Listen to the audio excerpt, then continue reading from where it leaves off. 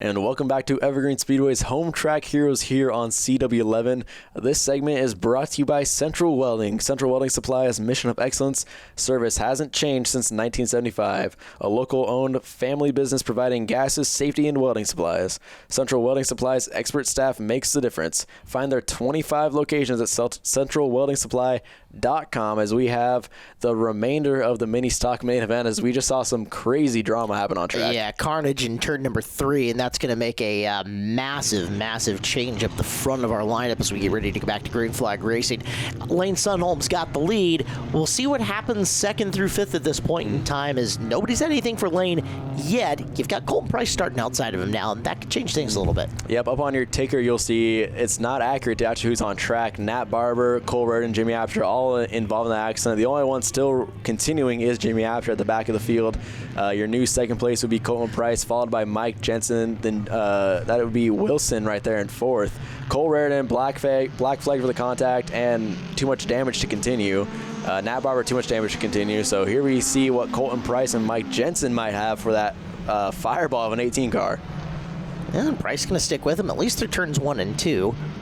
As you're going to look at the cars a little bit further back in the field. Yep. Running positions 4 through 9. Yeah, great run for Ellie Musgrave right there in that 23 machine. She's got that thing on rails tonight. It's the fastest we've seen her this season. Battling with another lady, Cassidy Sunholm, to her outside in that 7 car. Great job by those two women going back and forth. Door panel to door panel down the back straightaway and into turn number 3. They're racing for position number 5 right now behind Jason Wilson's white, red, and blue. 20 directly ahead of them. Yeah, and this is a career run so far for Jason this season, as he's been struggling to get that 20 machine, I think, exactly where he wants it, but sitting in the 4th spot right now, great run for him. But this mid-pack battle from 5th on back is phenomenal. Yeah, absolutely. 2 by 2, but for a couple of rows deep on that one.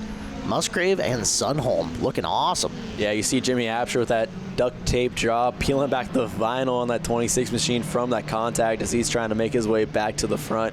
Cameron Iverson right in front of him as he was the first caution of the night. Cameron Iverson, that 10 car, but Dylan Bewald in the 29. We've seen him take that car to Yakima and be competitive.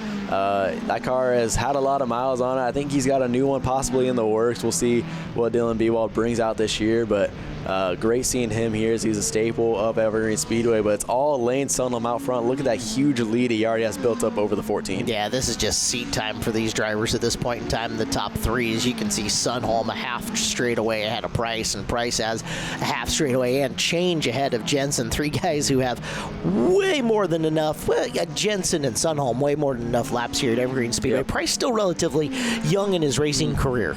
Yeah, Colton Price, you've seen him on the dirt side before.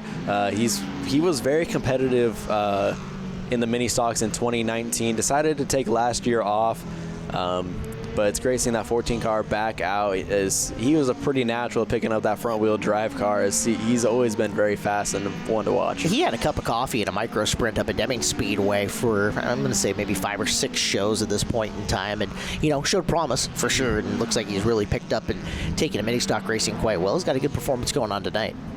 As we see a battle right there for the 5th spot. That's Ellie Musgrave and Travis Woodward, another driver who took a 2020 hiatus. Good to see him back out here in that JBR number 16 car.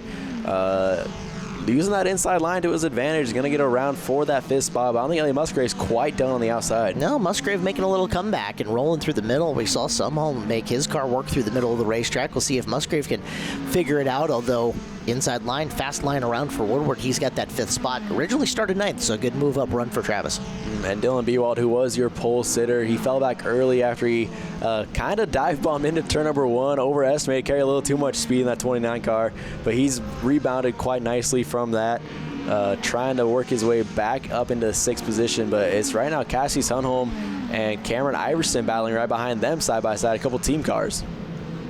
They are wheel to wheel off the corner. There's Iverson trying to kind of salvage his run on the evening after being our first stoppage of the race. Bewald with the modified looking right front on that one, coming up on the back of Sunholm as both of them, again, just trying to salvage a good finish at this point in time. There's Lane Sunholm down to 10 laps to go, so we're 2/3 of the way in, and he's going to work his way into slower traffic. Yeah, that's Riley Daughtry in the 25 machine in front of Lane Sunholm's 18 car. as he's closing in quick, but that's a big group of lap cars pretty close in front that they're going to catch. Well, visually looking at it, Price has narrowed on him a little bit. Yep. It's hard to make up big chunks of lap ground here in the pavement in one shot, but the one place you can do it is when you get into slower traffic, and especially if they're in the same lane that you're working on, as Woodward just took fourth away from Wilson. Yeah, as we saw Jimmy Absher, he pulled off on the 5/8. There you see him at the top of your screen. So tough break for Jimmy Absher after being involved in that second incident of the night for the BECU mini stocks. But yeah, Travis Woodward, he's got that thing clicking late. He's got those tires warmed up, and it's definitely working for him. Yeah, pulling away from Wilson at this point in time as the rest of the field strung out single file. Soon to be into single digits for laps left is Lane Sunholm, 10 to go. You see him rolling down the back straightaway. He stretched it over Price in the process of getting around Daughtry. Yep, and the ticker actually looked like it froze up there. It's now 7 laps remaining, actually. So we're coming up on 6 to go this time by for Lane Sunholm. Thank you, technology. It's always great. As we see, Colton Price, he's hanging there, not quite growing, not quite shrinking, but the 521 of Mike Jensen just crossed the start-finish line, so it goes to show how strong those top two cars are. Sunholm to the inside as he laps Cassidy Sunholm. See you, fam.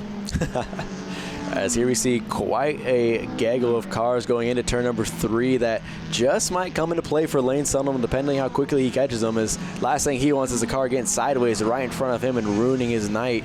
As there he is at the top of your screen. He's going to catch these guys before this race is over with just 4 laps remaining. Yeah, Musgrave actually would have had a shot at Wilson there had she been able to keep the car pinned to the bottom of 1 and 2 as Wilson. That car's starting to get a little bit hard to handle for him as he's been drifting wide, although Musgrave can't keep it down in 3 and 4. And here's Iverson to the bottom looking for a spot. Yeah, Cameron has rebounded greatly from that first incident where he kind of lost control of the car, fighting it early. Maybe it's just a product of being on cold tires, wasn't quite ready for or expecting what happened to him, but he's rebounded very nicely, like you said. Looking inside the top 5 right here.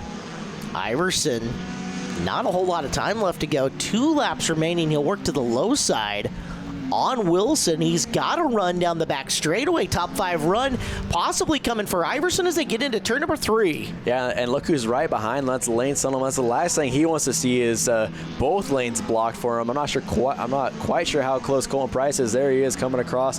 White flag is out. I just don't think there's going to be enough time, but Cameron Iverson had worked his way into a top 5 spot right there. As here goes Lane Sunholm as the caution flag comes out. It looks like it is Riley Daughtry around there in turn number 4. So we're going to have to see right where the caution flag came out. I think it was well after the white flag was out, but we're going to double check that with timing and scoring.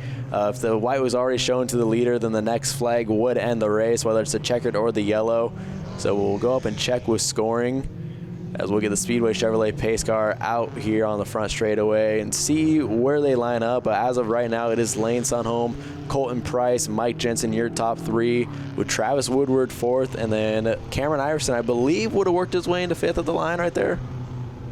We'll see how they end up scoring it out. It'll be an interesting decision. As that I'm with you. White flag, I'm sure had been long out. I hadn't seen the caution lights on the racetrack until Lane was well down the back straightaway. But it is up for the scorers to decide. We're just the guys with the microphones. Yep. As they put 1 lap back on for now, we'll see what they end up deciding.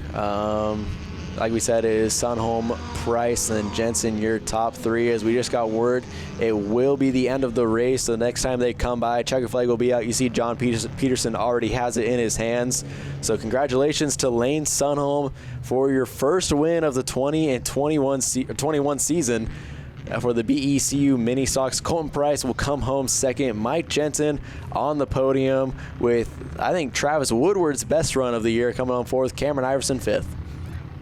We'll get a winner's interview with Lane, one of the biggest personalities of the racetrack, bar none. He'll be fun in Victory Lane. Get a word with Colton Price, and hey, Mike Jensen gonna get a chance to show off his brand new shiny race suit. So it's a sharp looking piece. I know the guys who built that thing. The yellow and checker flag was out, so we'll hop down to the Angel that Wins winners platform with your top 3. Just almost a clinic tonight. You had such a substantial lead. We saw that the finish with the checkered was under caution, but just so much fun to watch you out in front. Nobody had a chance to catching up to you. Good lead. Tell us about your car tonight. Well, Kessler, everybody, the Kesslers are amazing. Lang Auto, J&R Truck Rentals, I mean, this car was a lot of work from when we got it. It wasn't as easy as we thought it was going to be, but tonight it was. Anybody else you need to thank for getting your car out here on a Saturday, Lane? Grandpa, B. Carl, Hefe, my awesome girlfriend that lets me do this, Carly. And, whatever it is, but we got it tonight. Colton, great race. We're used to seeing up here at the Angel of the Winds Winter Circle. We're used to seeing maybe you holding a different trophy, but you still had a great race tonight. Yeah, absolutely. There's just something about that car that won that I just can't beat him, and I don't know, they just got it down, got the setup right, and we missed our setup a little bit. I was a little too tight, but you live and you learn. But I just got to thank everybody that makes it possible. Not Amy Barber, Races Against Child Abuse, Black Bag Motors, Rock Solid Trucking, and my friends and family, my mom, everybody that comes out and supports me week in, week out.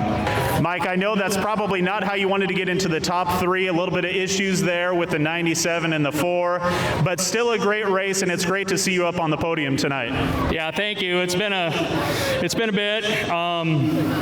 I just got to be there, and listen to your spotter and just try and stay out of trouble. We knew something was going to happen there.